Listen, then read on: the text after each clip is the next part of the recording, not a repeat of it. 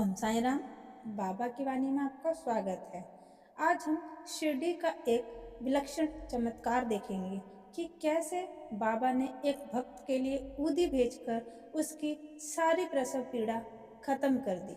जामे नेर का विलक्षण चमत्कार। सन 1904 या 5 की बात है।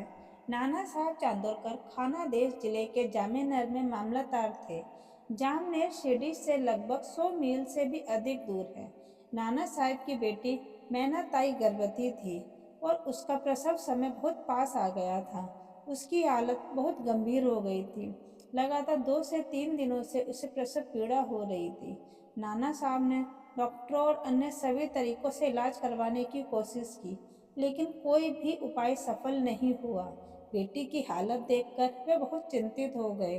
तब उन्होंने मन ही मन साईं बाबा का स्मरण किया और उनसे सहायता की प्रार्थना की। उस समय शिरडी में रामगीर बुवा नाम के एक भक्त थे, जिन्हें बाबा बापू गिर बुवा कहकर बुलाते थे। वे अपने घर खाना देश लौटने की तैयारी कर रहे थे।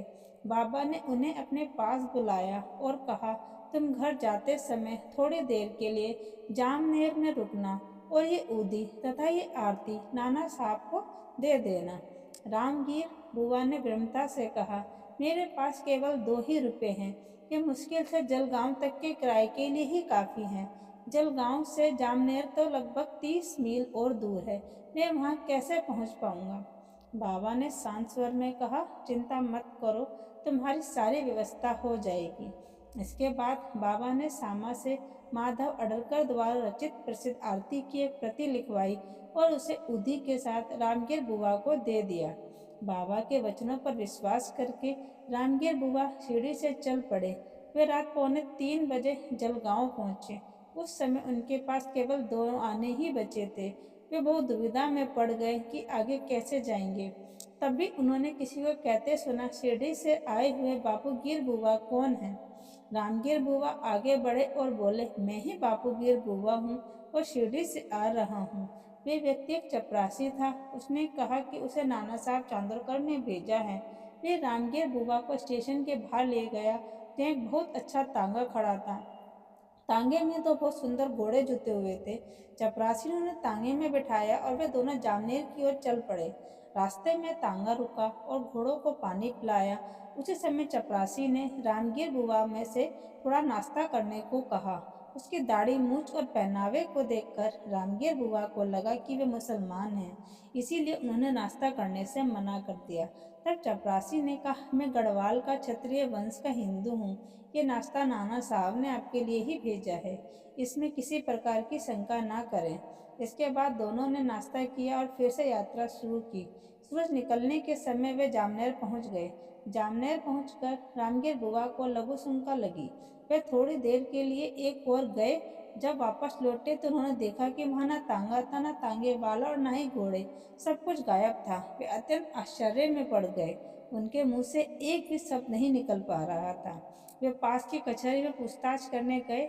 वहां उन्हें बताया गया कि मामलतदार नाना साहब इस समय घर पर ही हैं। रामगीर बुआ सीधे नाना साहब के घर पहुंचे और बोले, मैं शिरडी से बाबा की उदी और आरती लेकर आया हूँ। उस समय मेहनताई की हालत बहुत गंभीर थी। घर के सभी लोग बहुत चिंतित थे। नाना साहब ने तुरंत ही अपनी पत्नी से कहा कि उदी को पानी में मिलाकर बेटी को पिलाएं और बाबा की आरती करें। कुछ ही समय बाद समाचार मिला कि प्रसव ठीक प्रकार से हो गया है और मेहनताई की सारी पीड़ा समाप्त हो गई है। घर में सभी लोग आनंद और कृतज्ञता से भर गए। तब रामवीर बुआ ने नाना साहब को स्टेशन पर तांगा और चपरासी भेजने के लिए धन्यवाद दिया। तो नाना साहब बहुत हैरान हो गए। उन्होंने कहा, मैंने ना तो कोई चपरासी भेजा था, ना कोई तांगा, और मुझे तो आपके आने की कोई जानकारी भी नहीं थी। इस घटना की जांच के बाद मैं थाने के सेवानिवृत्त अधिकारी श्री वी देव ने से की।